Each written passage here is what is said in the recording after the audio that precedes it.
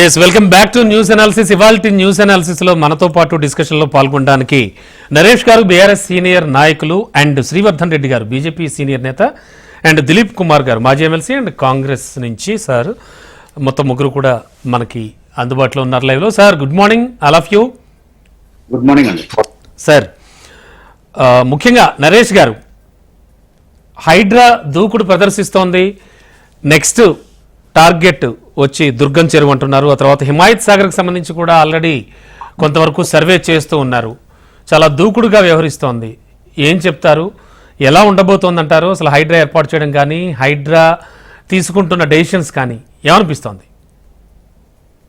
రమణ గారు, హైడ్రా ఏర్పాటు చేయడము, హైడ్రా చేసే పనులను ఎక్కడ కూడా అంటే చెరువు నాళాలను ఏదైతే ఉన్నాయో అక్రమ నిర్మాణాలు ఉన్నాయో అవి తొలగించడాన్ని అందరూ స్వాగతిస్తారు, ఎవరు కాదని లేదు, దాంట్లో అనుమానం లేదు. కానీ హైడ్రామా లాగా క్రియేట్ అవుతుంది అనేది ఒక చర్చ ఇక్కడ.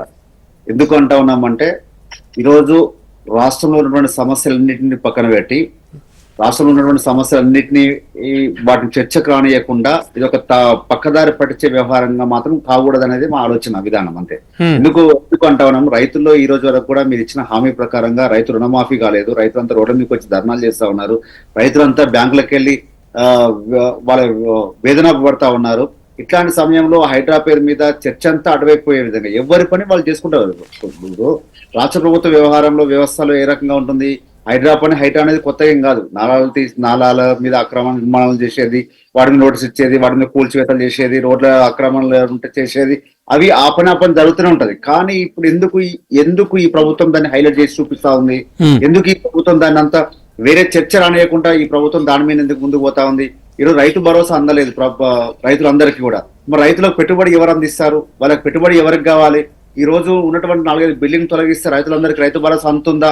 అది వాళ్ళు సమాధానం చెప్పాల్సిన అవసరం ఉంది. ఇవన్నీ ఏవి చర్చ కాకుండా నేను ఒక 10 బిల్డింగ్లు గుర్తించిన 10 బిల్డింగ్ కూడగొట్టబోతున్నాం, రేపు దుర్గం చెరువు, ఈ రోజు హిమాయత్ సాగర్, రేపు ఇంకో దగ్గర చేయండి, తప్పేం లేదు, అనుమానం ఏం లేదు. ఇంకా దానికి సపోర్ట్ చేస్తాం తప్ప ప్రతిపక్ష పార్టీగా ఉన్నప్పటికీ కూడా హైదరాబాద్ అభివృద్ధి కోసం, హైదరాబాద్ లో ఉన్నటువంటి సౌకర్యాలు పెంచడం కోసం ఏ నిర్ణయాలు తీసుకున్నా దానికి పూర్తి మద్దతు ఉంటుంది. కానీ ఒకవేళ అనాలోచితంగా నిర్ణయాలు తీసుకుంటే తర్వాత జరిగే మరి ఇబ్బందులకు మళ్ళీ మామూలు సాధారణ కుటుంబాలు కావద్దు, మిడిల్ క్లాస్ ఫ్యామిలీ కావద్దు అనేదే ఈరోజు బీఆర్ఎస్ పార్టీ అంటా ఉంది. బీఆర్ఎస్ పార్టీ నాయకత్వం మీకు చెప్తా ఉంది, ఈరోజు ప్రభుత్వానికి చెప్తా ఉంది. ఇంకొక విషయం చెప్తా ఉన్నాం, ఇప్పుడు ఉన్నటువంటి సందర్భాలలో హైడ్రా అని పేరు పెట్టుకొని ఈ రోజు ఎక్కడ న్యూస్ చూసినా, మీడియా చూసినా ఇది మాత్రమే సందర్భంలో చర్చ జరుగుతూ ఉంది. ఇవి చర్చ చేసినా పర్లేదు, వాటిని కూడగొట్టాలు చేయండి, నాలా డెవలప్మెంట్ చేయండి. గత ప్రభుత్వంలో SNDP అని ప్రాజెక్ట్ తీసుకున్నాం, స్ట్రాటజిక్ నాలా డెవలప్మెంట్ అని ఆ ప్రాజెక్ట్ అని. ఆ SNDP ప్రాజెక్ట్ ను ఎందుకు మరి ఉన్నటువంటి నిధులు ఎందుకు కేటాయించట్లేదు? వాటికి ఉన్నటువంటి ఎందుకు డెవలప్మెంట్స్ కంటిన్యూ చేయలేకపోతా ఉన్నారు? ఎంతసేపటికి కూడా SNDP నిధులను లేకపోతే వాటిలో ఉన్నటువంటి అభివృద్ధి పనులను, ఈరోజు రోడ్ల నిర్మాణాలు చూడండి, హైదరాబాద్ లో ఎంత ఘోరంగా ఉన్నాయో రోడ్లు, ఎక్కడ చూసినా కూడా గుంతలుగా కనబడేటువంటి పరిస్థితి కనబడతా ఉంది. ఇవన్నీ డెవలప్ చేయకుండా, ఇవన్నీ అభివృద్ధిలో పెట్టకుండా, ఇవన్నీ ఏం చేయకుండా కనీసం ఒక హైదరాబాద్ లో ఉన్నటువంటి ప్రజలకు శాంతి భద్రత సమస్య మీద కొంత ఇబ్బంది పడేటువంటి అవకాశం. ఇట్లాంటి సందర్భంలో హైదరాబాద్ వస్తున్నాయి ఏ రకంగా వస్తాయి? హైదరాబాద్ పెట్టుబడులు రాకపోతే మళ్ళీ మనం తిరోగమన పాలవుతాము. ఇవన్నీ నమ్ముకున్నటువంటి ప్రజలు హైదరాబాద్ లో మాకు కావాలి, మేము చేయగలుగుతాము అని చెప్పినటువంటి మీ ప్రభుత్వము మరి ఎందుకు ఆ రకంగా అడుగులు వేయలేకపోతుంది? ఆ రకంగా నిర్ణయాలు తీసుకోలేకపోతుంది? కొత్త పాలసీలను ఎందుకు ఇంట్రడ్యూస్ చేయలేకపోతుంది? ఆ కొత్త పాలసీలను బట్టి ఎక్కడైతే ఇంటర్నేషనల్ కంపెనీస్ వాటిని ఎందుకు ఆకర్షించలేకపోతా ఉంది? ఈ రోజు వరకు కూడా చెప్తా ఉన్నారు, అక్కడికి వెళ్ళి అమెరికాకి వెళ్ళి 1000 కోట్లు, ఎక్కడ నెంబర్ 1 స్థాయిలో ఉన్నటువంటి ప్రపంచ స్థాయిలో ఉన్నటువంటి కంపెనీలు ఎక్కడ వచ్చినాయి మన దగ్గరికి? ఏదో చిన్న కంపెనీలు చూసుకొని వాళ్ళ ఫ్యామిలీకి ఉన్నటువంటి కంపెనీలను చూపించేసుకొని మీ మీద గొప్ప పని చేసి అయినా సరే ఇబ్బంది ఏం లేదు, చేయండి. కానీ ఇప్పుడున్నటువంటి రిజల్ట్ అంటే హైడ్రానే హైలైట్ చేయక్కర్లేదు, ఇంకా చాలా సమస్యలు ఉన్నాయి, వాటి మీద కూడా దృష్టి పెట్టాలి అంటారు. డెఫినెట్ గా ఫస్ట్ మనం రైతులను కాపాడుకోవాల్సిన అవసరం ఉంది, వ్యవసాయాన్ని కాపాడుకోవాల్సిన అవసరం ఉంది. ఆ రకంగా అడుగులు ఎందుకు వేయలేకపోతా ఉన్నారు? ఎందుకు వారిని కాపాడుకోలేకపోతా ఉన్నారు? రైతు భరోసా అంటేనే రైతు పంటకు పెట్టుబడి కదా. ఆ రైతు పంటకు పెట్టుబడి అందనప్పుడు మనం ఏ రకంగా ఈ రోజు మనం రైతుల దగ్గర కానీ మాట్లాడడానికి ఏ రకంగా అర్హులైతాము? మీరు ఎన్ని రోజుల్లో ఇస్తారన్న హామీలు ఎక్కడ పోయినాయి? ఇప్పటి వరకు కూడా ఎందుకు పెన్షన్లు ఎందుకు పెరగట్లేవు? ఇప్పుడు కూడా మరి నరేష్ గారు డిస్కస్ చేద్దాం.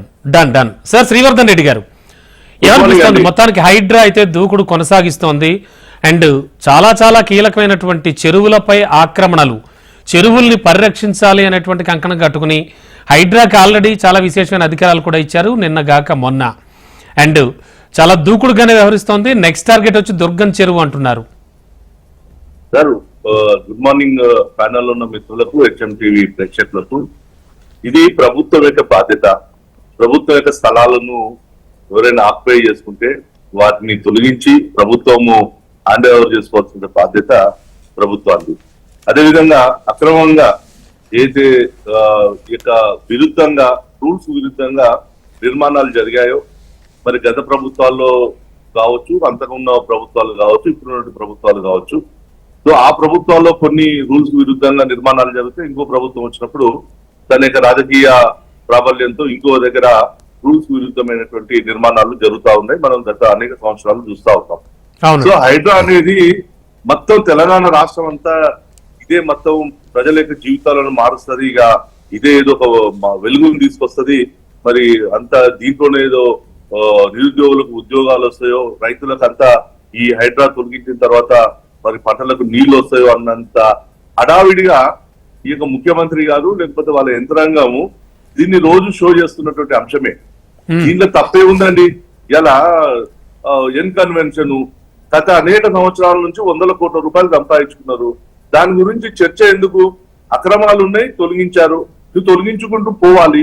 ఇలా ప్రజలు ట్రోలింగ్ చేస్తా ఉన్నారు. ఇదే ముఖ్యమంత్రి గారికి. కానీ చాలా చోట్ల సామాన్య ప్రజలు ఇబ్బందులు పడుతూ ఉన్నారు. వాళ్ళు కూడా తమ వెర్షన్స్ వినిపిస్తూ ఉన్నారు బయటకు వచ్చి.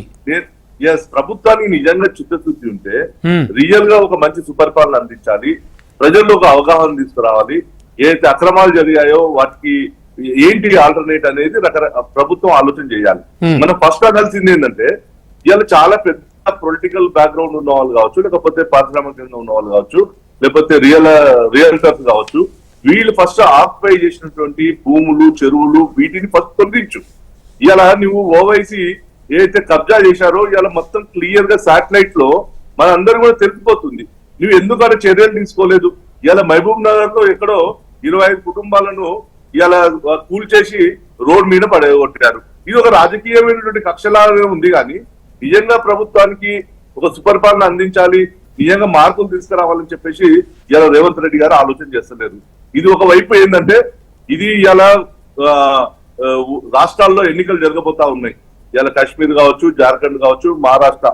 ఇప్పటికే మన ముఖ్యమంత్రి గారి మీద పేరుంది, ఈ యొక్క RRR ట్యాక్స్ వసూలు చేసి ఢిల్లీ ప్రజలకు పంపిస్తున్నారని. మరి ఇక్కడ ఎవరిని బ్లాక్ మెయిల్ చేస్తున్నారు? ఏదో ఒక పేరు కోసం ఒక నాగార్జున ఎన్ కన్వెన్షన్ పేరు చూపించేసి, లేకపోతే ఇంకెక్కడో చూపించి, అంటే హైడ్రా ఏర్పాటు కానీ హైడ్రా కార్యాచరణ కానీ బీజేపీ ఎలా చూస్తోంది? హైడ్రా ఏర్పాటు, హైడ్రా చేస్తున్న కార్యాచరణకు సంబంధించి బీజేపీ ఎలా భావిస్తోంది? హైడ్రా ఏర్పాటు మంచిదే, కానీ ప్రతిరోజు మనందరికి హైడ్రా తోటే ఈ హైదరాబాద్ యొక్క పరిపాలన అంతా హైడ్రా చుట్టూ ఉండాల్సిన అవసరం లేదు. హైడ్రా చేశారు. ఇది డ్యూటీ ఆఫ్, ఒక పార్ట్ ఆఫ్ డ్యూటీ. ఎలా ఒక అగ్రికల్చర్ డిపార్ట్మెంట్ ఉంటుంది, ఒక వ్యవసాయ డిపార్ట్మెంట్ ఉంటుంది, ఎడ్యుకేషన్ డిపార్ట్మెంట్ ఉంటుంది. ఎవరి విధులు వాళ్ళు నిర్వహించిన బాధ్యత. ఇలా మీరు యూనివర్సిటీస్ ఉన్నాయి, గత 9 సంవత్సరానికి వస్తుంది ప్రభుత్వం దగ్గరికి వచ్చి, యూనివర్సిటీలో వీసీలు లేరు. సార్, అన్నింటికంటే కూడా ప్రకృతి పరిరక్షణ, పర్యావరణ పరిరక్షణ ప్రతి వ్యక్తికి బాధ్యత కదండి. ఖచ్చితంగా ఆ దిశగానే అడుగులు వేస్తోంది కదా హైడ్రా ఏర్పాటు, చెరువుల పరిరక్షణ. హైడ్రా ఏర్పాటు మంచి నిర్ణయం.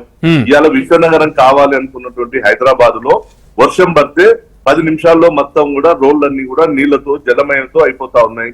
దీనికి ప్రధానమైనటువంటి కారణం ఏంది? ఈ యొక్క ఏదైతే చెరువులు ఉన్నాయో హైదరాబాద్ లో డిక్లేర్ చేసింది ఏంది? 44 acres ల్యాండ్ మాత్రమే డిక్లేర్ చేశారు. ఇంకా 100,000 ఎకరాలు ఉన్నాయి, చెరువులు ఉన్నాయి. మరి వాటి సన్నతి ఏంది? వాటి విషయాలు ఏంటి? ఇలా ఓవైసీ ఆక్యుపై చేసుకున్నటువంటి ఈ యొక్క చెరువుల యొక్క కబ్జా ఏంది? ఈ రోజు వాళ్ళు కింద చెప్తున్నారు, వాళ్ళ బ్రదర్ కి మేము నోటీసులు ఇచ్చినామని చెప్పేసి ఇలా వీళ్ళు చెప్తా ఉన్నారు. టెక్నికల్ గా వాళ్ళ బ్రదర్ ఏమంటున్నాడు? ఇది అనుమతులు ఇచ్చింది హెచ్ఎండిఏనే, సో హెచ్ఎండిఏ ఇచ్చినప్పుడు మేము కట్టుకున్నాం ఇండ్లు అని ఆ ప్రాంతంలో వాళ్ళు చెప్తా ఉన్నారు. ఇవన్నీ డ్రామాలుగా కాకుండా, ప్రభుత్వం డ్రామాలు వ్యవహారం చేయకుండా నిజంగా చిత్తశుద్ధితో ఈ యొక్క ముందుకు పోవాలి. దీనికోసం గా మొత్తం హైడ్రాని మొత్తం రాష్ట్రాన్ని నడిపిస్తుంది. 1,000 కోట్ల రూపాయల ఆదాయాలు వస్తున్నాయి, లేకపోతే 1,000 ఎకరాల భూములను రికవర్ చేసి ఓకే సార్, తీసుకుంటున్నటువంటి షూర్ సార్, షూర్ షూర్ కనిపించలేదు. చర్చిద్దాం. ఒక్క నిమిషం సార్. దిలీప్ సార్, ప్రస్తుతం ఉన్న సిచ్యువేషన్ లో చూస్తే కనుక హైడ్రాకి చాలా చాలా విశేష అధికారాలు ఇచ్చారు. బట్ కేవలం హైడ్రా హైడ్రా అంటూ కూర్చోకుండా, అదే పెద్ద హైలైట్ అనే వార్త అనకుండా మిగతా విషయాలు కూడా చాలా ఉన్నాయి, అపరిష్కృతంగా ఉన్న సమస్యలు చాలా ఉన్నాయి తెలంగాణలో అంటున్నారు. ఇటు బీఆర్ఎస్ కావచ్చు, అటు బీజేపీ కావచ్చు. ఏమనిపిస్తోంది సార్? ఒకటి, ఇంతకుముందు మన మిత్రులు శ్రీవర్ధన్ గారు అదేవిధంగా నరేష్ గారు చెప్పినట్టు గవర్నమెంట్ అనేది ఒక మ్యాసివ్ స్ట్రక్చర్. అది అంటే మనం ఏదో మీడియా సెన్సేషన్ వెళ్ళు కూలితే మీరే పొద్దున్న రాత్రి చర్చ పెట్టి లేదా వారం రోజులు ఇదే చర్చ పెడతారు. కానీ అంత మాత్రం చేత హైడ్రా మీద ప్రభుత్వం నడుస్తుంది, మిగిలిన యాక్టివిటీ అంతా క్లోజ్ అయింది అనుకోవడానికి లేదు. వాళ్ళ ఎన్నో విభాగాలు ఉంటాయి, ఎంతో మంది అధికారులు ఉంటారు, ఎంతో మంది ఐఏఎస్ ఆఫీసర్లు ఉంటారు, ఎంతో మంది మంత్రులు ఉంటారు. సో ఆ వ్యవస్థ నడుస్తూ ఉంటుంది ప్రతిరోజు. కానీ సెన్సిలైజేషన్ కొన్నిట్లో అవుతుంది.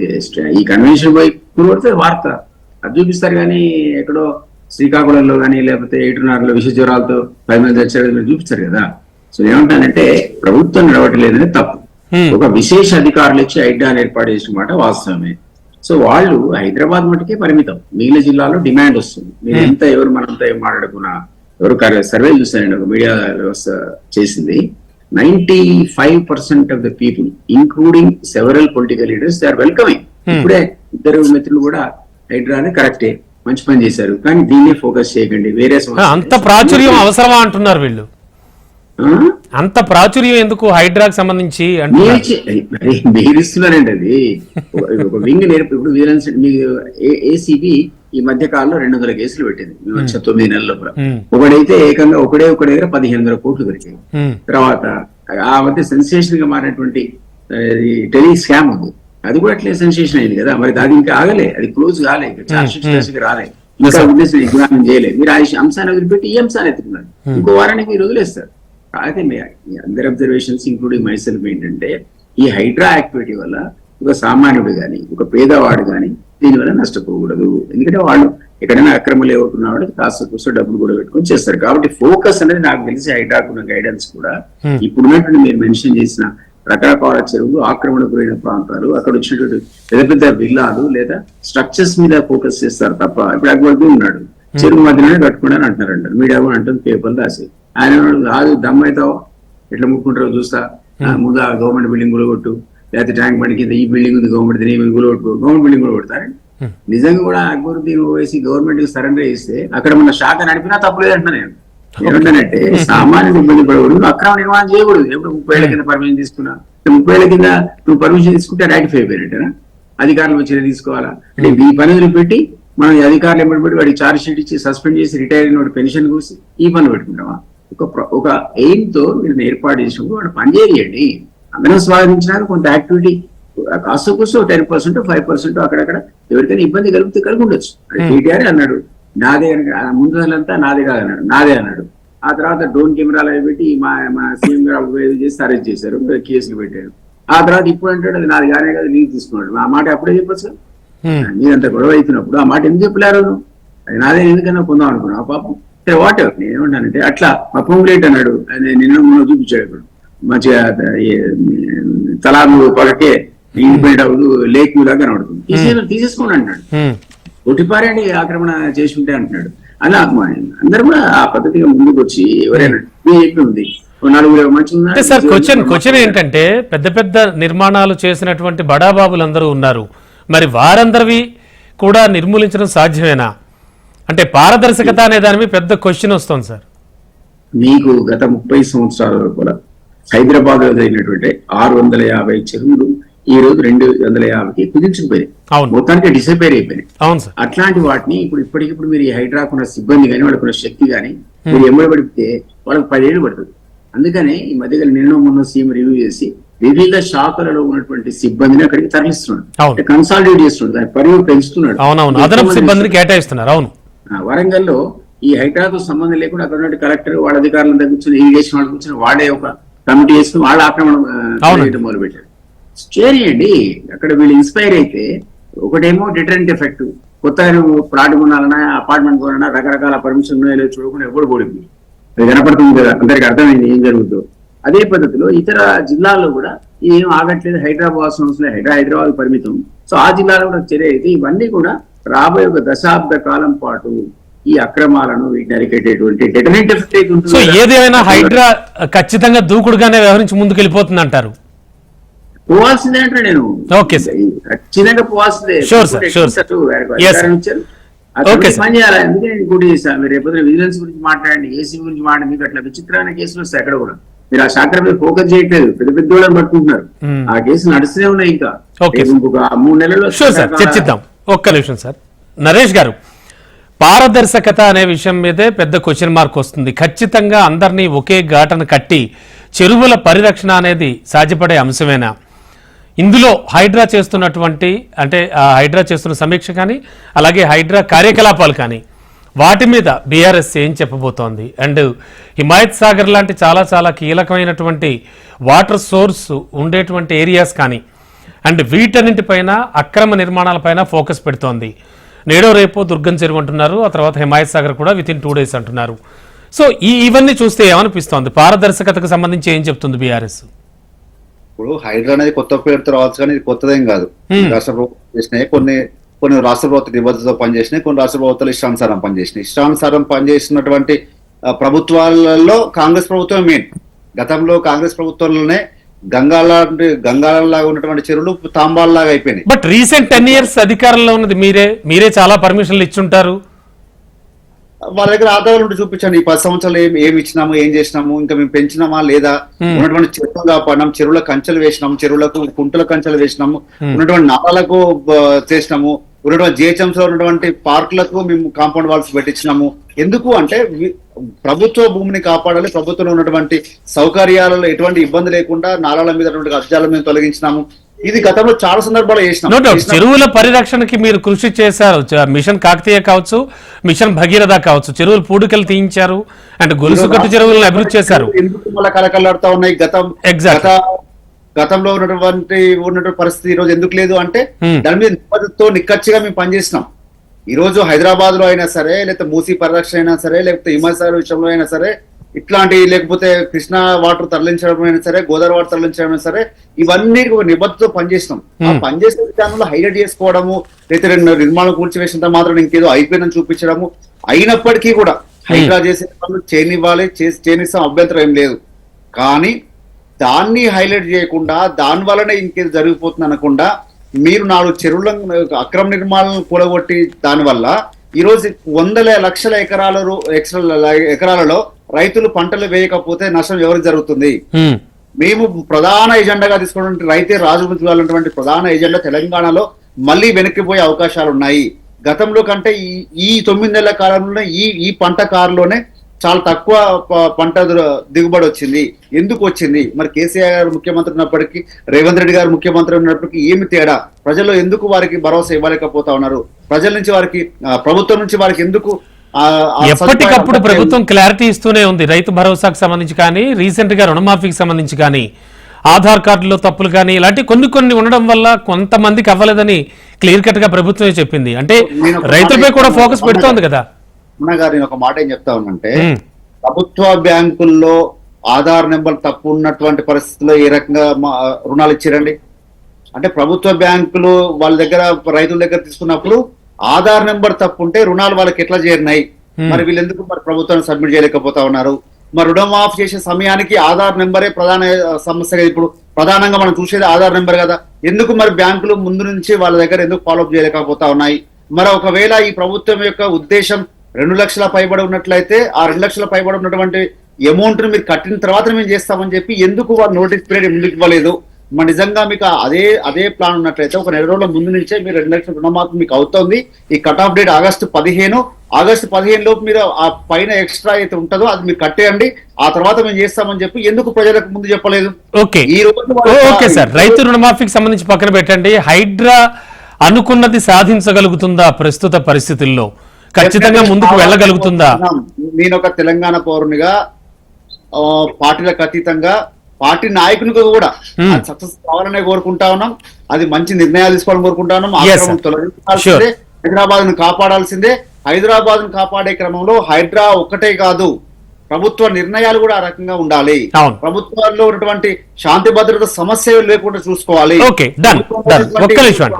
ప్రభుత్వం ఒక్కసారి సార్ ప్రభుత్వం ఉన్నటువంటి వారు కొత్త కంపెనీ వచ్చే వాటికి అన్ని ఫెసిలిటీస్ ఇవ్వాలి, Okay. వారికి ఒకసారి రక్షణ కవచంగా నిలబడాలి, అప్పుడు మాత్రం హైదరాబాద్ డెవలప్ అయింది తప్ప అండంగా Sure, హైదరాబాద్ sure. ఈ రోజు ప్రపంచ నగరాలతో పోటీ పడేటువంటి హైదరాబాద్ ని మళ్ళీ చిన్న చేసి చూపించే ప్రయత్నం చేయకండి. ఓకే అండి, డన్. సార్ శ్రీవర్ధన్ రెడ్డి గారు, నేను అడిగినటువంటి పారదర్శకత అంటే హైడ్రాకి విశేషమైన అధికారాలు ఇచ్చారు, సిబ్బందిని కేటాయిస్తున్నారు, అంతా బాగుంది. ఖచ్చితంగా పవర్ఫుల్ వ్యవస్థగా తయారవుతోంది, అంటే ఇండిపెండెంట్ వ్యవస్థగా కూడా చేస్తున్నారు.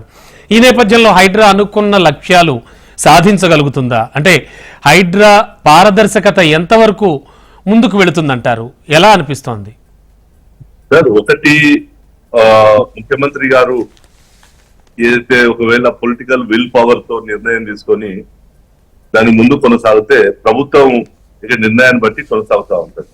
అయితే దీనికి ప్రధానంగా జరగబోయేది ఏంటంటే ఈరోజు కొన్ని కూల్చిన తర్వాత మిగతావి ఇవాళ మహబూబ్ నగర్ లో ఒక 25 ఇండ్లకు సంబంధించినవి కూల్చారు, 75 మంది రోడ్డు మీద పడ్డారు, 25 కుటుంబాలు. సో మరి హైదరాబాద్ లో జరుగుతున్న వ్యవహారానికి మహబూబ్ నగర్ ఎందుకు తీసుకుపోయారో తెలియదు. సో ఇలా హైడ్రా అనేది హైదరాబాద్ కు సంబంధించినటువంటి అంశం అని చెప్పారు. వాళ్ళ ఎమ్మెల్యేలు రాష్ట్ర వ్యాప్తంగా ఉన్నటువంటి ఎమ్మెల్యేలు వచ్చి ముఖ్యమంత్రిని కలిసి ఈ తరహా యొక్క హైడ్రాను మాకు విస్తరించండి అని చెప్పేసి చెప్తా ఉన్నారు. ఆల్రెడీ చట్టాల్లో ప్రభుత్వం యొక్క పార్కులను కబ్జా చేసినటువంటి కబ్జాదారులను నుంచి కాపాడుకోవడం కోసం ఇప్పటికే అనేక చట్టాలు ఉన్నాయి. సో అక్కడ ఉన్నటువంటి మున్సిపల్ కమిషనర్లు కావచ్చు, మున్సిపల్ అధికారులు కావచ్చు, రెవెన్యూ అధికారులు కావచ్చు, వీటన్నింటినీ రాష్ట్రంలో ఉన్నటువంటి సమీక్ష చేసి ఎక్కడ ప్రభుత్వ భూములు ఉన్నాయి, ప్రభుత్వం యొక్క స్థలాలను కబ్జా చేశారు, చెరువులను కబ్జా చేశారు అని రాష్ట్ర వ్యాప్తంగా సమీక్ష చేస్తే అక్కడ ఉన్నటువంటి కలెక్టర్లు కావచ్చు, రెవెన్యూ అధికారులు వాటి మీద చర్యలు తీసుకుంటా ఉంటారు. అయితే హైదరాబాద్ సంబంధించినటువంటి కొంతమంది వ్యక్తులకు సంబంధించిన ఏదైతే కూల్చడాలు జరిగాయో, ఇప్పుడు నాగార్జునది కూల్చారు కాబట్టి దానికి ఎక్కువ చర్చలో ఫేమ్ లోకి డిస్కషన్లు వచ్చాయి. అంటే ఏమంటే కొన్ని ఏదో చేసి ఒక భయోందోళన కలిగిస్తున్నారా, లేకపోతే రియల్ గానే మీరు ఈ యొక్క ట్రాన్స్పరెన్సీగానే హైదరాబాద్ ను చిత్తశుద్ధితో నువ్వు డెవలప్ చేయాలని ఉందా? అంటే సార్ హైడ్రా ఎప్పటి వరకు చేసినటువంటి కార్యకలాపాలు కానీ, హైడ్రా తీసుకున్న డెసిషన్స్ కానీ, ఇవన్నీ ఎలా అనిపిస్తున్నాయి మీకు? సార్ అదే అంటున్నా, దీంట్లో ప్రధానంగా రాష్ట్రంలో ఒక ట్రోలింగ్ జరుగుతుంది, చర్చ జరుగుతా ఉంది. ఏదైతే ప్రజాప్రతినిధులుగా ఉన్నటువంటి ఓవైసీ యొక్క అన్నదమ్ములు ఆక్యుపై చేసుకున్నటువంటి మలకం చెరువు ఏదైతుందో ఆ చెరువులో ఉన్న యొక్క కట్టడాలను కూర్చిన తర్వాత అందరికి ఒక విశ్వాసం అనేది పెరుగుతుంది. నేనేమంటున్నా, ఇన్ని రోజులు ఎందుకు ఆగాలి, వాళ్ళకి నోటీసులు ఇచ్చి ఎందుకు మీరు పోలేకపోతా ఉన్నారు? ఇది పొలిటికల్ గా డ్రామా చేస్తున్నారా, నిజంగా కూడా చిత్తశుద్ధి ఉందా అనేది ఇలా చర్చ ఉంది. అంటే విద్యార్థుల భవిష్యత్తును దృష్టిలో పెట్టుకొని ఖచ్చితంగా విద్యా సంవత్సరం అయ్యాక డెసిషన్ తీసుకుంటాం, కార్యాచరణ ప్రారంభిస్తామని చెప్పింది ప్రభుత్వం. హైడ్రా రెండు విషయాలండి దీంట్లో, రెండు విషయాలు. ఒకటి, ఇవాళ నిధులు కేటాయిస్తున్నాము, సిబ్బందిని కేటాయిస్తున్నాము, పవర్స్ ఇస్తున్నామని ప్రభుత్వం అంటుంది. సో మీరేమంటున్నా, ఎవరైతే అక్రమాలు ఉన్నావో వాళ్ళకి నోటీసులు ఇచ్చి వాళ్ళే కూల్చుకోవాలి. కూల్చుకోకపోతే వీళ్ళైతే మిషనరీస్ పెడుతున్నారో కూల్చినటువంటి డబ్బులు కూడా వాళ్ళ యొక్క అక్రమంగా నిర్మాణం చేసినటువంటి సంస్థల నుంచి, వ్యక్తుల నుంచి కూడా ప్రభుత్వం రికవర్ చేయాలి. ఇది ప్రభుత్వానికి సంబంధించి ప్రజల సొమ్మే. ఇలా ఏదైతే ఉపయోగిస్తున్నారో అవన్నీ కూడా ప్రజల సొమ్మే. ఇన్ని సంవత్సరాల నుంచి మరి ఆ ప్రాంతాన్ని ఆక్యుపై చేసి అక్కడి నుంచి రెవెన్యూ జనరేషన్ చేసుకొని మరి ఎంజాయ్ చేసుకున్నటువంటి అనేక బడా బాబుల యొక్క అక్కడి నుంచే ఈ యొక్క హైడ్రా కూడా వాటికి సంబంధించినవి కూడా నిధులు అక్కడి నుంచే తీసుకోవాల్సిన అవసరం ఉంది. అయితే మేము ఒకటేమంటుంటే, ప్రభుత్వము హైడ్రా చేస్తున్నది ఎవరు వ్యతిరేకిస్తలేరు. హైడ్రా యొక్క అందరూ అన్ని పొలిటికల్ పార్టీలు ఇంక్లూడింగ్ భారతీయ జనతా పార్టీ కూడా మేము స్వాగతిస్తున్నాం. కానీ నిజాయితీతో జరగాలి. ఇక్కడ నిజాయితీ ప్రభుత్వంలో కనిపిస్తుందా అంటే ఎందుకు కనిపించట్లేదు అనేది ఇలా రాష్ట్రం మొత్తంలో ఒక చర్చ. మీరు కూడా ఇవాళ HMTV ఒకవేళ మీరు సర్వే చేసినా కూడా ఎందుకు ఓవైసీ వాళ్ళకి భయపడి చేస్తలేరా, ఎందుకు చేస్తలేరు?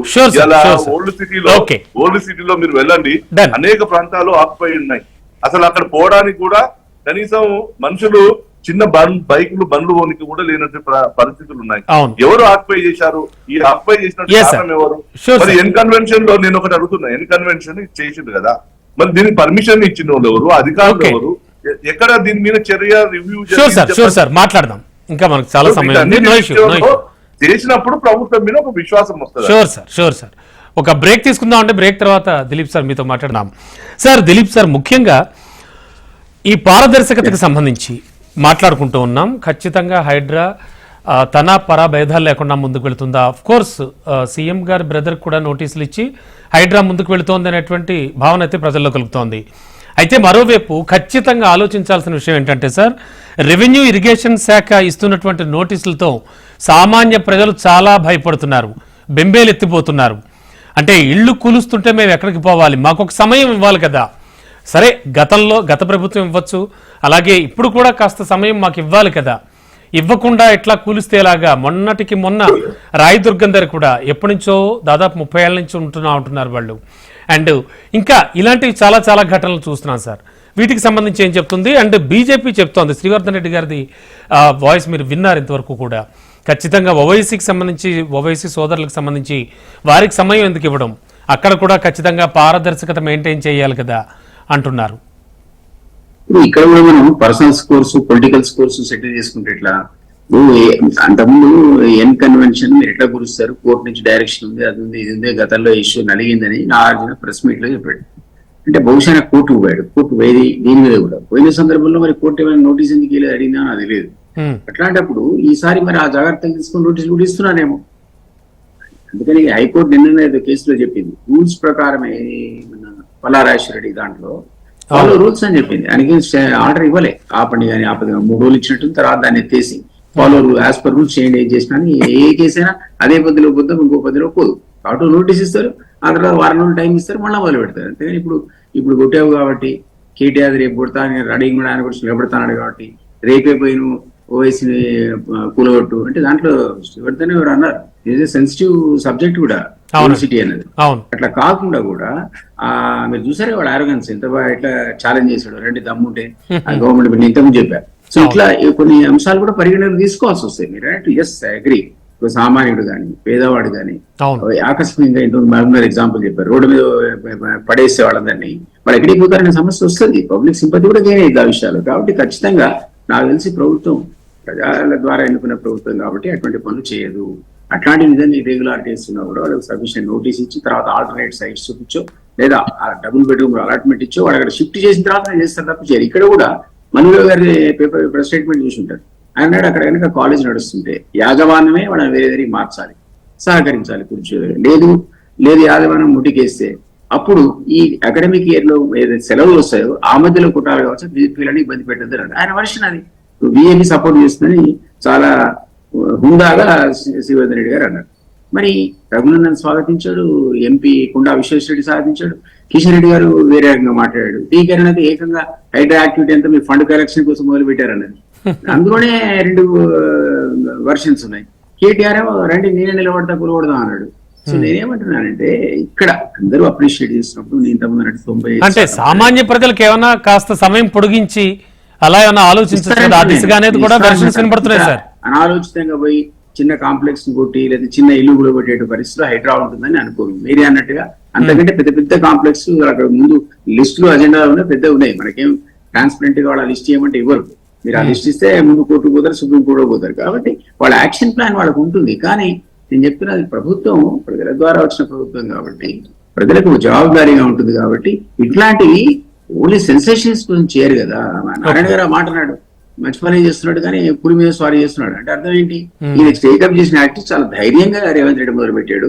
అది మధ్యలో ఆపిన అయితే ఇంకో పద్ధతిలో అది నెగటివ్ ఇంపాక్ట్ క్రియేట్ అయినా పార్టీ పొలిటికల్ గా నష్టపోతుంది, రేవంత్ రెడ్డి గారు పర్సనల్ నష్టపోతారు. అంతా ఎవరు చేస్తారు అనాలోచితంగా? ఇది చేయాల్సింది మీరే అన్నారు, పర్యావరణ రక్షణగా లేదా హైదరాబాద్ ఒక ఇన్వెస్ట్మెంట్ నగరంగా మనం చూడాలంటే.